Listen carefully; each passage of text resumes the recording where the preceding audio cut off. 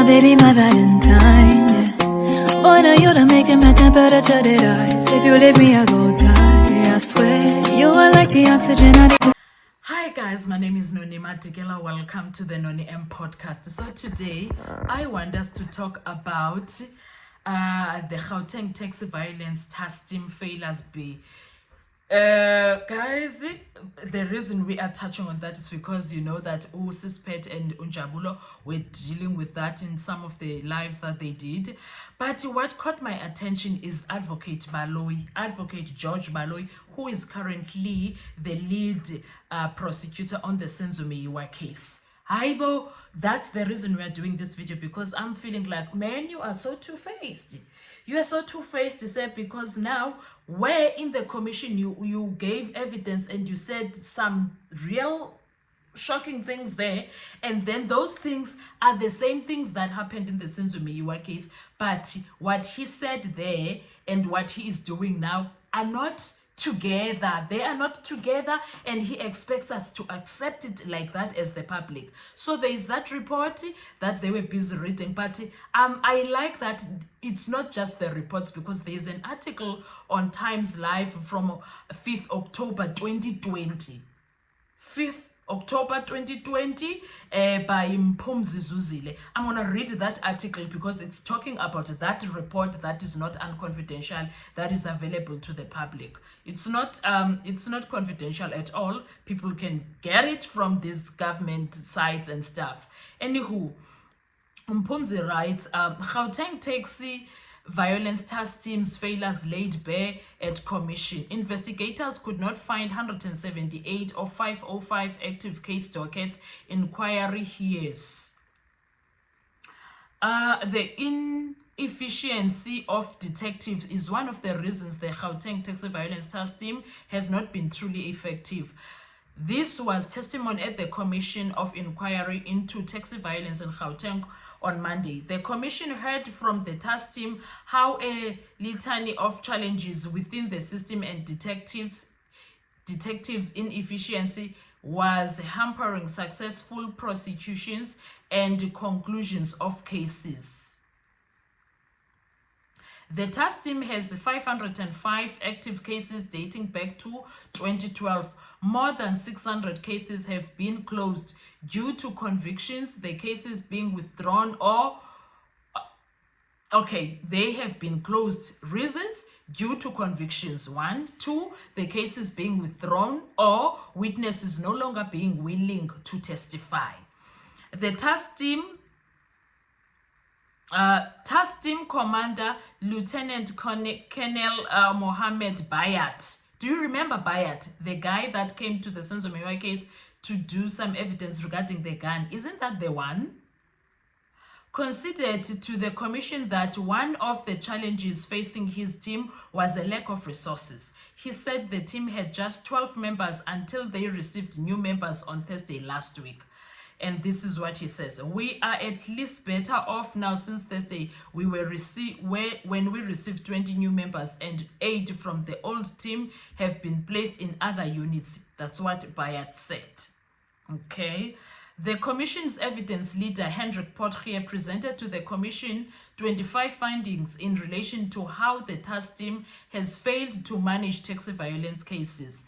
Potgieter told the commission how members of the task team are not properly trained to manage crime scenes, including how DNA and exhibits are not collected on time for investigations. This is exactly one of the few problems the Senzo Meyiwa case has, and George Baloyi, the prosecutor in the Senzo Meyiwa case, is aware of this.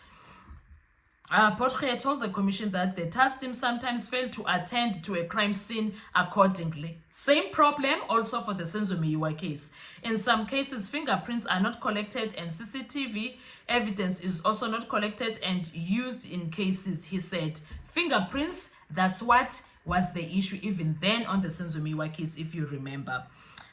He told the commission that investigators from the commission could not locate 178 of 505 active case dockets.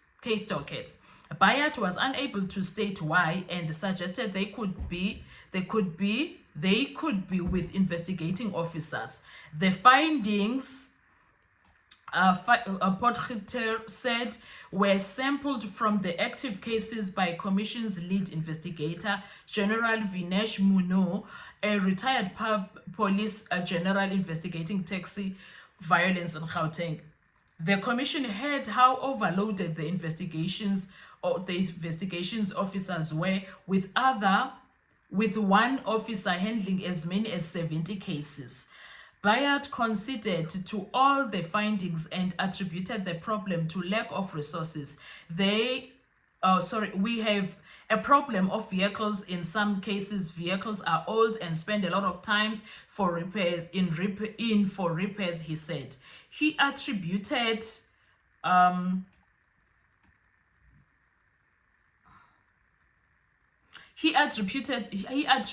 the delays and lack of conviction to delays by magistrates in finalizing inquest documents.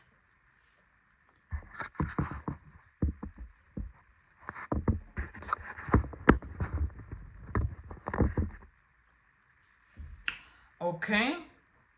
We have about 60 cases sitting without J56, he said. Bayat also blamed prosecutors for some of the cases not finalized.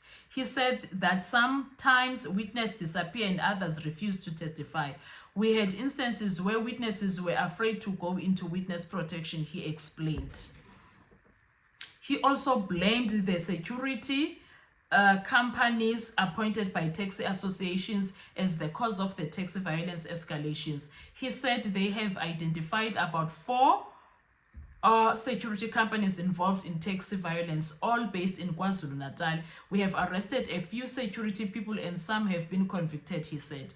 Quizzed by the 3 commissioners, Bayat considered at some point officers are involved in taxi violence, and 1 constable was sentenced to life in prison while 2 are awaiting sentences. He did not give details of the cases.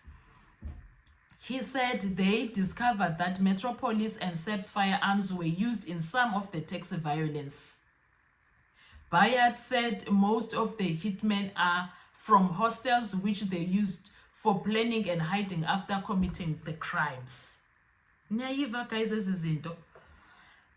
And then a week ago, the NPA Deputy Director in Gauteng, Advocate George Baloyi, told the Commission that prosecutors often declined to prosecute taxi violence cases because of poor investigative work. Yet this man expects us to believe Ugutu Gininda did an incredible job when it comes to the Senzo Meyiwa case. But he said this Commission go 2020. Please.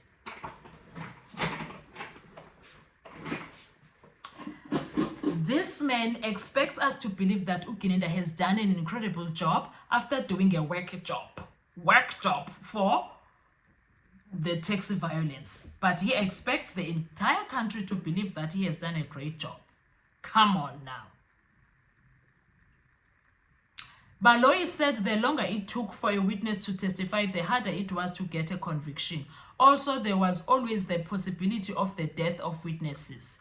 Muno said 95% of cases were not prosecuted. Gauteng Premier David Makhura appointed the commission in September, chaired by Judge Jeremiah Shongwe, to look into an ongoing taxi violence and killings in the province. So, if that is the case, why is it hard for Baloyi to see Ukutu Ugininda is doing a floppy job when it comes to the Senzo Meyiwa case? That was my interest in this.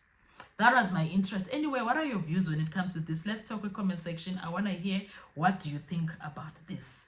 Baloyi, for me, I feel like he's being two-faced. I feel like when it comes to the Senzo Meyiwa case, he's like, this is the hill that I will die on. I don't know why.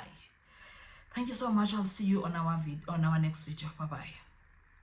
Baloyi says the police have not been successfully resolving the taxi violence cases because during 2010 up until at least 2018 or 2019, the police have failed to protect the crime scene. have failed to take the exhibit correctly to the SAP 13th. The police, all the things that have not taken place in Senzomewa's case.